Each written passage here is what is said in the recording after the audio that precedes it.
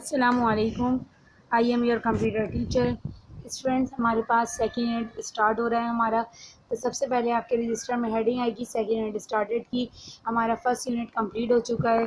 Second unit में हमारे पास जो चैप्टर इंक्लूड है वो है चैप्टर 3 क्लासिफिकेशन ऑफ कंप्यूटर। इस चैप्टर में हम कंप्यूटर क्लासिफिकेशन के बारे में पढ़ेंगे। अब एक्सप्लेनेशन है आज की क्लास में हमारी, तो हम इसकी एक्सप्लेनेशन कर रही हूँ मैं आपको। बेटा बहुत, आप अपनी बुक्स ओपन करें। Computer are broadly divided into three groups on the basis of the computer technique give. These are digital computer, analogue computer, hybrid computer. Computer को हमने तीन हिस्सों में टेक्निक वाइज डिवाइस किया है। जब हमने डिवाइड किया उसमें पहला जो है वो डिजिटल कंप्यूटर है, दूसरा एनालॉग कंप्यूटर है और तीसरा हाइब्रिड कंप्यूटर है। ये कंप्यूटर की क्लासिफिकेशन है हमारे पास, जो आपके पास स्क्रीन पे आ रही है। इसमें आप देखें कि कंप्यूटर को हमने टेक्निक वाइज जो डिवाइड किया है वो तीन हिस्सों में करा है, डिजिटल, हाइब्रिड और एनालॉग। फिर हमने डिजिटल को मज़ीद हमने किस में डिवाइड किया है, बाय साइज़ के हिसाब से डिवाइड किया है। तो पहला हमारे पास माइक्रो कंप्यूटर है, दूसरा मिनी कंप्यूटर है, तीसरा मेन फ्रेम कंप्यूटर है और चौथा हमारे पास सुपर कंप्यूटर है। माइक्रो फ्रेम के हमारे पास बहुत सी ऐसी ब्रांचेज़ हैं जो हमारे पास हम यूज़ करते हैं, जैसे डेस्कटॉप की सूरत में, लैपटॉप में या पाम टॉप या टैबलेट। ये हमारे पास क्या है, ये माइक्रो कंप्यूटर की हमारे पास और ब्रांचेज़ हैं। तो कंप्यूटर की क्लासिफिकेशन हमने तीन तरीके से करी, एक बाय टेक्निक करी, एक बाय पर्पस करिए और एक हमने बाय साइज़ करी है। तो सबसे पहले हम बाय टेक्निक बात करते हैं। तो बाय टेक्निक में सबसे पहले हमारे पास आता है digital computer. Digital computer are the most popular computer. They work by representing each quantity as a combination of binary digital 0 and 1 and dividing various operation into counting and adding operation. Digital computer को हमने, जो हमारे पास ये digits वाला computer होता है, इसमें दो डिजिट्स यूज़ हो रहे होते हैं, ये हमारे पास डिजिटल कंप्यूटर कहलाता है।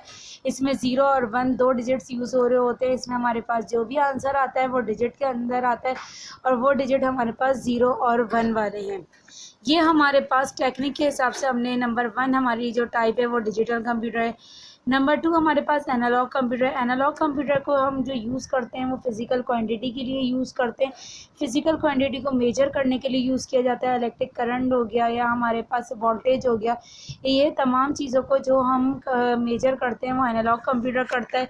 फॉर एग्जांपल हमारे पास जैसे स्टेबलाइज़र हो गया, जो हमारे फ्रिज वगैरह के ऊपर लगा हुआ होता है या हमारी स्प्लिट के ऊपर लगा हुआ होता है, तो वो आपने देखा होगा कि उसकी जो नीडल मूव हो रही होती है, तो वो हमें वॉट्स के बारे में बता रहा होता है कि 220 वॉट्स के ऊपर चल रहा है, या हमारे पास इलेक्ट्रिक करंट आ रहा है, या हमारे पास 110 इलेक्ट्रिक करंट है। तो ये हमारे पास वो बता रहा होता है, उसकी जो नीडल होती है वो हमें बता रही होती है कि कितना करंट इसके अंदर मौजूद है, कितना आ रहा है इलेक्ट्रिसिटी से करंट इसके अंदर। तो बेटा ये हमारे पास एक छोटी सी मशीन है बेसिकली, लेकिन इसको जो हम बोलते हैं वो एनालॉग कंप्यूटर बोलते हैं, क्योंकि ये हमारे पास फिज़िकल क्वांटिटी को मेजर कर रही होती है। इसके बाद स्पीड हो गई।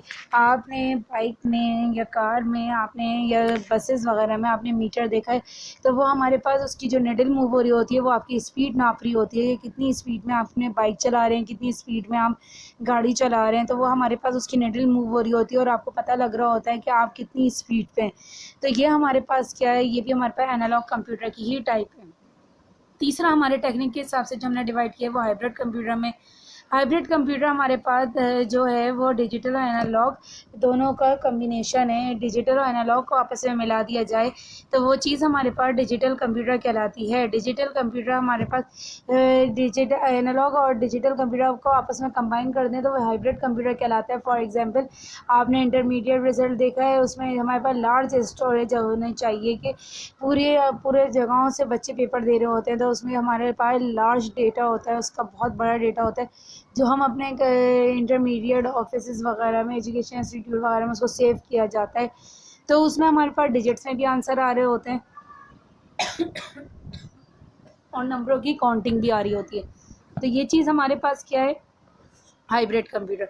फिर इसके बाद बाय हमारे पास बात हो रही है बाय साइज़ के हिसाब से। तो साइज़ के हिसाब से पहले हमारे टाइप है माइक्रो कंप्यूटर।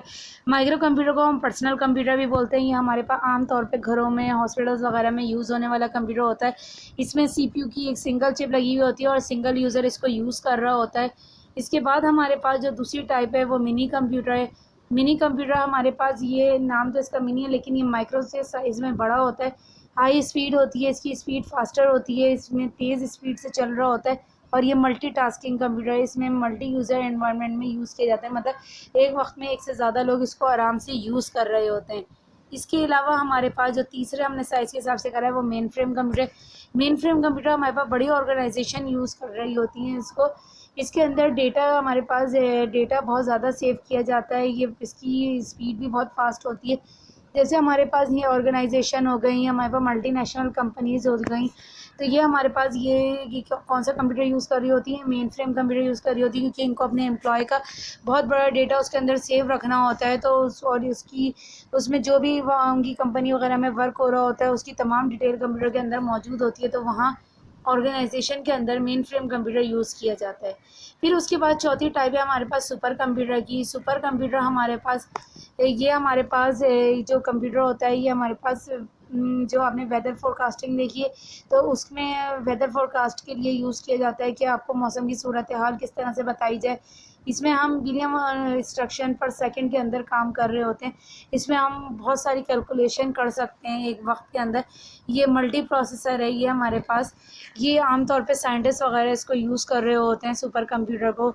सुपर कंप्यूटर आमतौर पे घरों में यूज़ होने वाला कंप्यूटर नहीं है। इसे वेदर फोरकास्टिंग के लिए यूज़ किया जाता है ज़्यादातर, और हमारे पास जहाँ बहुत बड़ी कैलकुलेशंस होती हैं तो इसे वहाँ यूज़ किया जाता है। तो मैंने स्टूडेंट्स मैंने आपको टेक्निक के हिसाब से बता दिया। कंप्यूटर को 3 हिस्सों में डिवाइड किया, एक डिजिटल में, एक एनालॉग में और तीसरा हमारे पास हाइब्रिड में। फिर बाय साइज़ के हिसाब से हमने इसको micro computer, mini computer, main frame computer और सुपर कंप्यूटर में डिवाइड किया है।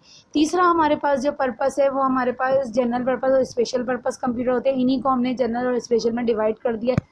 जनरल पर्पस कंप्यूटर वो होते हैं जिसमें एक वक्त में हम एक से ज़्यादा काम कर रहे हों, जैसे सॉन्ग भी सुन रहे हैं, कोई हम अपनी ड्राइंग भी कर रहे हैं या उसके अंदर कोई हम डॉक्यूमेंट्स बना रहे हैं, तो एक वक्त में एक से ज़्यादा हम उसके अंदर काम कर रहे होते हैं, तो वो हमारे पास जनरल पर्पस कंप्यूटर है। मतलब वो आम तौर पे घरों में यूज़ होने वाले कंप्यूटर होते हैं, उसमें हम एक वक्त में एक से ज़्यादा काम कर रहे होते हैं।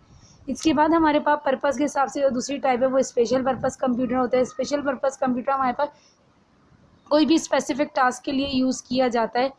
स्पेसिफिक टास्क हमारे पास फॉर एग्जांपल जैसे आपने बैंक वगैरह कंप्यूटर देखे हैं तो उनको एक टास्क मिला हुआ होता है कि वो लोगों के अकाउंट्स वगैरह देख रहे होते हैं, तो सिर्फ उसमें उसी की डिटेल आ रही होती है। आप मार्ट वगैरह चले जाएँ, मैक्रो चले जाएँ, इम्तियाज़ वगैरह चले जाएँ, आपने वहाँ का कंप्यूटर रेस्टोरेंट्स देखेंगे तो उसमें सिर्फ आपको पता होगा कि जो वहाँ चीज़ें रखी हुई होती हैं उसी के प्राइस, उसी की वो कंपनीज़ के बारे में डिटेल आ रही होती है, और कोई उस वक्त में वो लोग कोई और काम नहीं कर सकते, सिर्फ सेलिंग और परचेजिंग का ही काम हो रहा होता है उन कंप्यूटर के अंदर।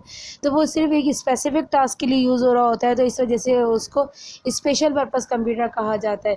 तो स्टूडेंट्स आपको पता चल गया कि हमने कंप्यूटर की क्लासिफिकेशन किस तरह से करी है। ओके स्टूडेंट्स, उम्मीद है आपको चैप्टर समझ आया होगा। अपना बहुत ख्याल रखिएगा। अल्लाह हाफिज़।